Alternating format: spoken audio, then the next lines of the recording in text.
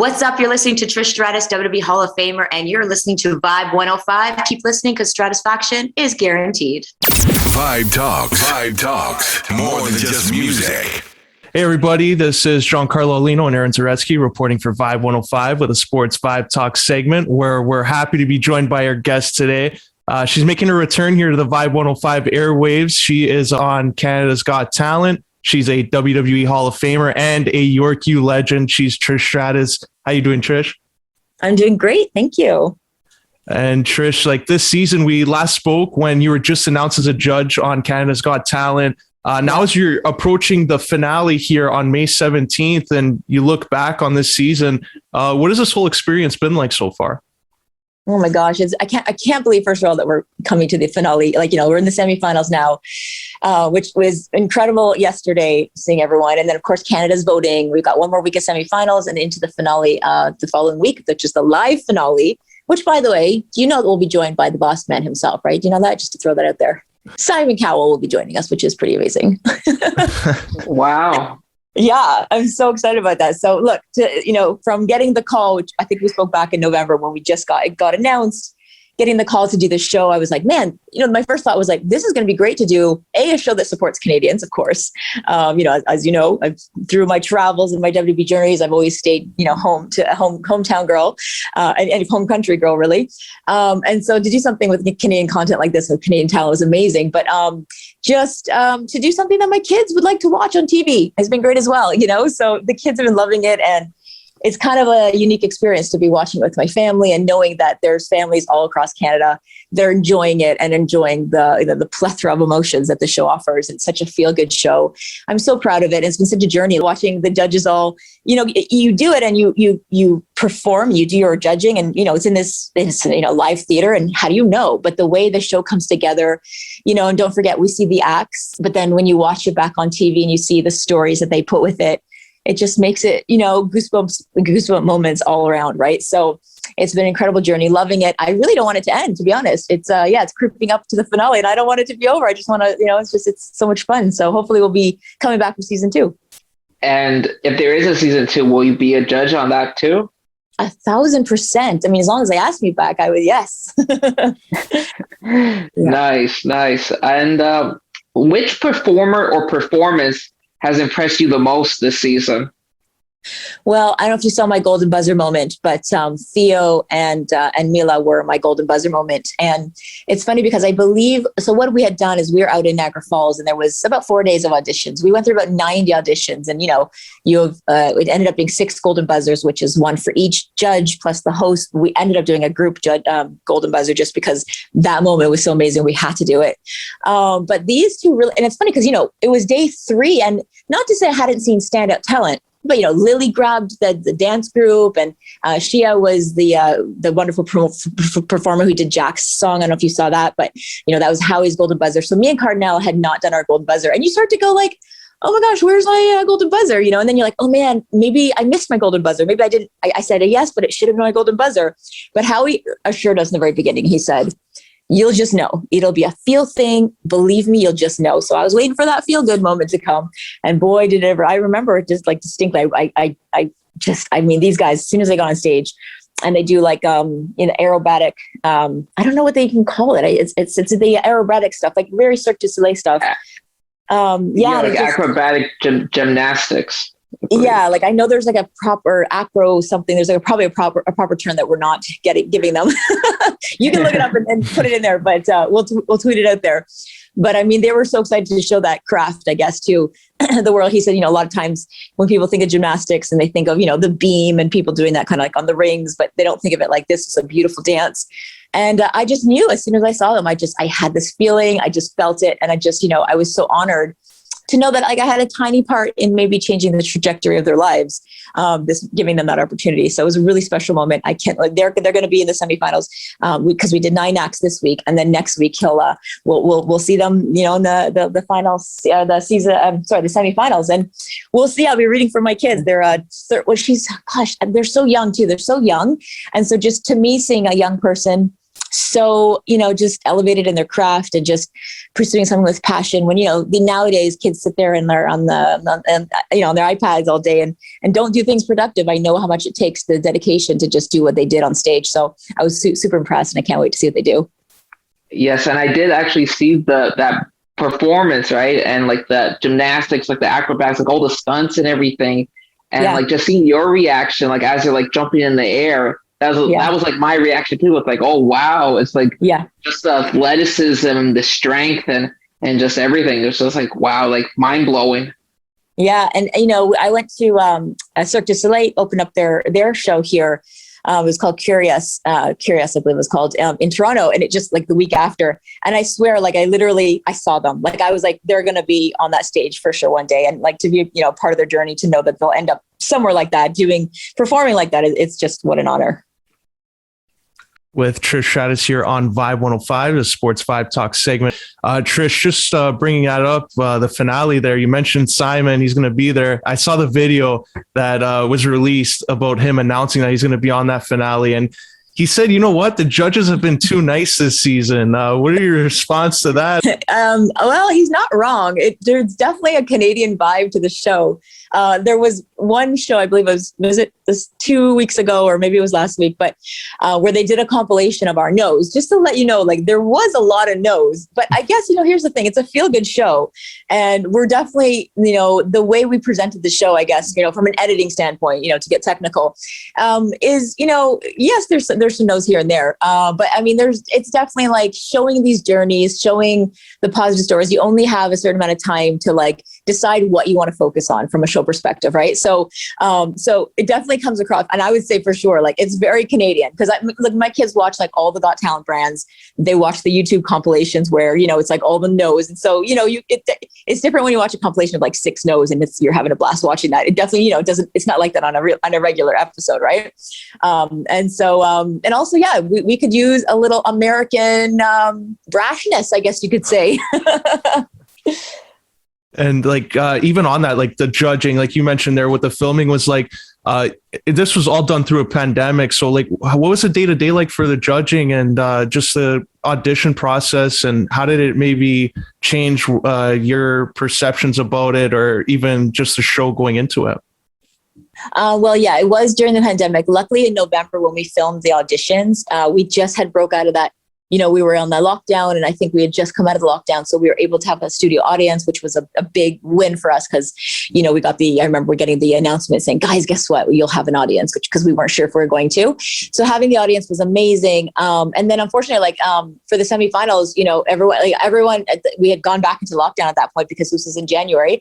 And I, like many crew members, some, maybe your neighbor, maybe you, a lot of people got COVID in January, if you recall. I got COVID in January.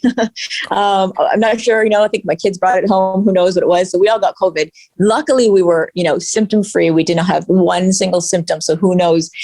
I honestly was like, are you sure this thing's right? Like, I couldn't believe how just completely normal I felt, and my kids as well. So we were really lucky. But I was not able to do the semifinals because it happened during the taping. So doing a show during the pandemic, luckily we have contingency plans in place, and they were able to pick it up, and they did the show with Lily and Howie, and they got us, a special guest judge, which was Jason Priestley. So that was kind of cool. So he was really good on the show last night. So things like that happened. So and then they didn't have an audience. So at that time it was the January, everyone was getting COVID. We went back into lockdown. So there was no audience, limited audience, and, everybody's masked. So, but you know what?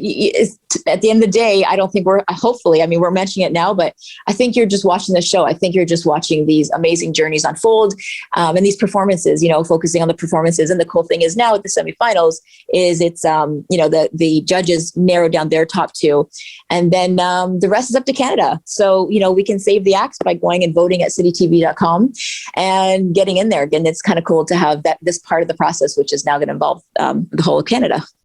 With Trish Stratus here, CGT judge and WWE Hall of Famer on Vibe 105.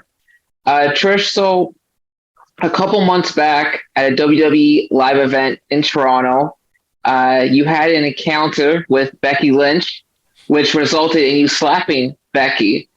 Is that possibly the start of working together in the ring?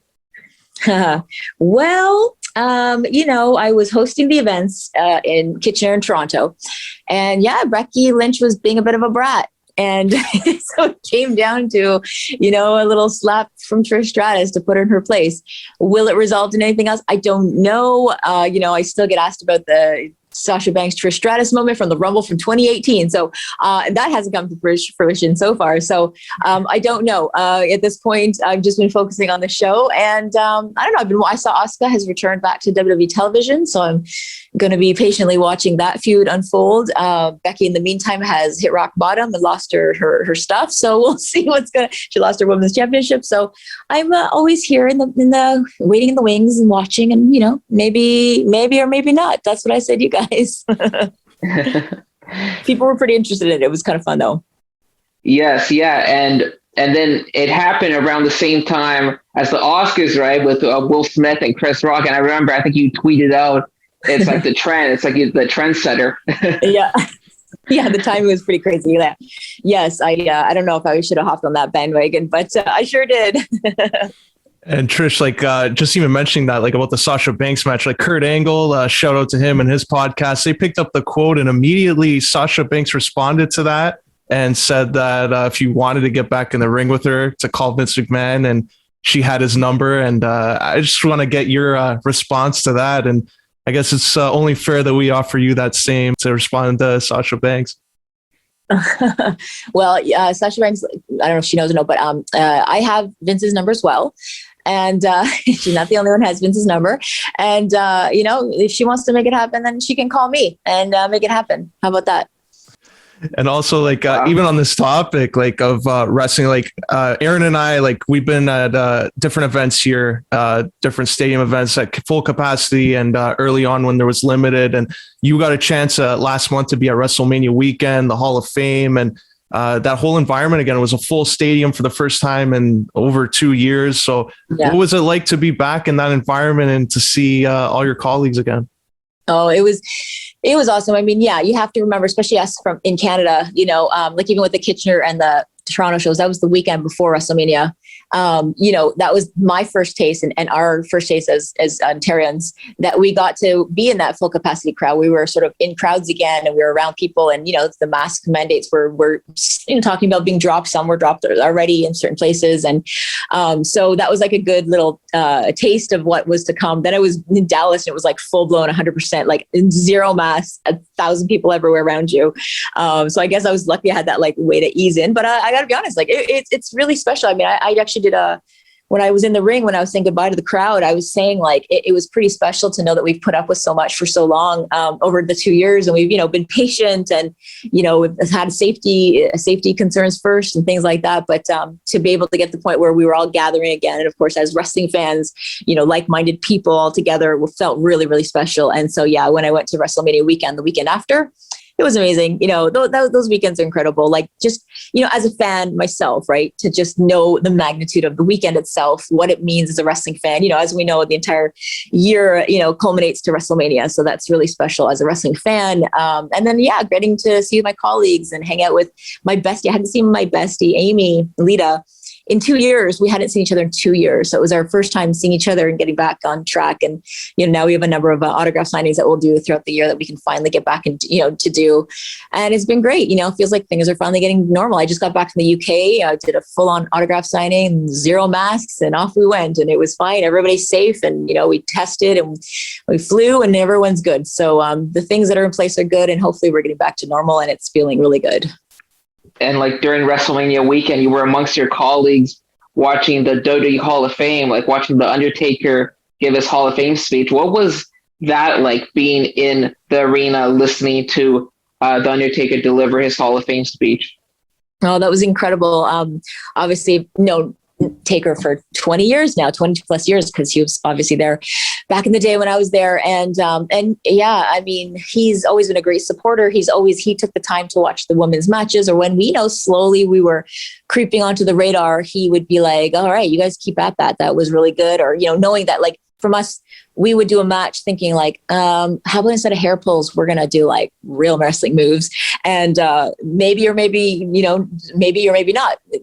it'll be noticed. We'll see. It's kind of one of those things, and slowly but surely it got noticed by the fans, and then of course by the heads of the company, and we started to do them and get integrated into storylines, things like that. But yeah, Taker was always supportive and was great about watching stuff and saying, yeah, you guys keep at that. This is good stuff. And and of course his wife Michelle, we're really close friends, and we worked together for years as well. So having him have this moment, which was obviously so fitting. I mean, he's been a stable for so long in WWE, and as a fan, everyone, he's the guy. He's you can literally probably say to anyone, the Undertaker. Yeah, everybody knows the Undertaker, right?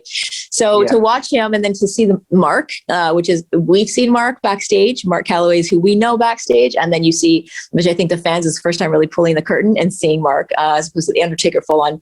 And I know for him, you could tell he was a bit nervous. It was different for him to sort of present that side, but I think it was great. I think it was the right time to do it, and I think the fans appreciated it, and I think it made it really special. Yeah, most definitely. This is Aaron Zaretsky and Giancarlo Aulino with Trish Stratus here on Vibe 105. Trish, earlier in the year, you've been busy with Canada's Got Talent.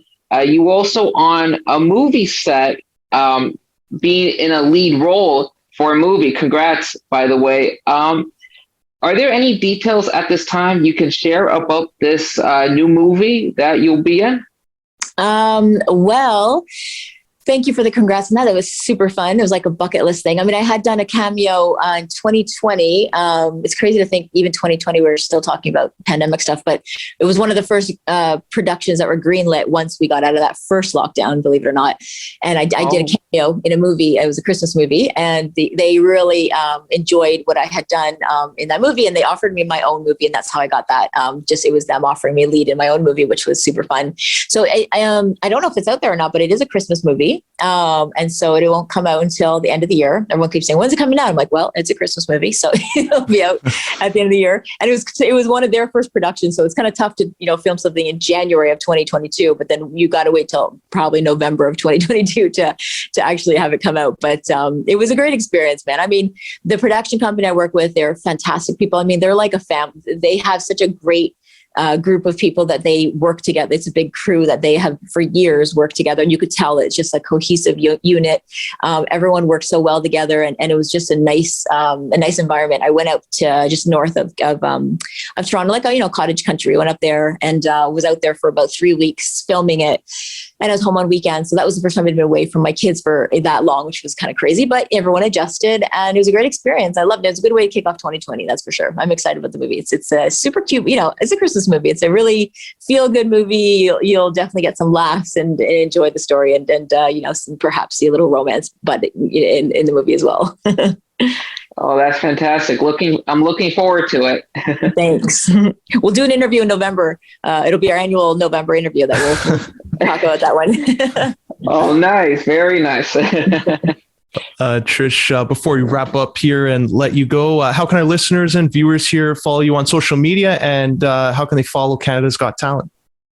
Well, Canada's Got Talent obviously is on Tuesday nights on City TV, 8 p.m. Eastern, but it's also available at any time on demand. Like we have a City TV app. They can City TV Plus app as well. You can watch on citytv.com. So it's all available for any of our U.S. listeners or international listeners. A lot of my fans are not necessarily from Canada, and they can't get the show. So what we've done on trishstratus.com is we've compiled. It's been great working with CGT. They've given us a lot of clips. So we have a recap of each episode there, where we basically, through clips, you can see the entire show and relive the moments. We have a writer who we brought on board to cover it. His name's Bob, and he just, does a really great breakdown for the show and gives some great insight. And and then of course my social media is trishstratus.com across the different platforms. But it's been super fun. And, I love that. It's been great to see some of our non-Canadian fans following along as well. So it's been really fun. That's great. Looking forward to that. And Trish, we appreciate you taking the time and coming on here again to talk about Canada's Got Talent. And we'll look forward to seeing you on the finale on May 17th. Thank you so much. With Simon Cowell. I know. I think I mentioned this. That.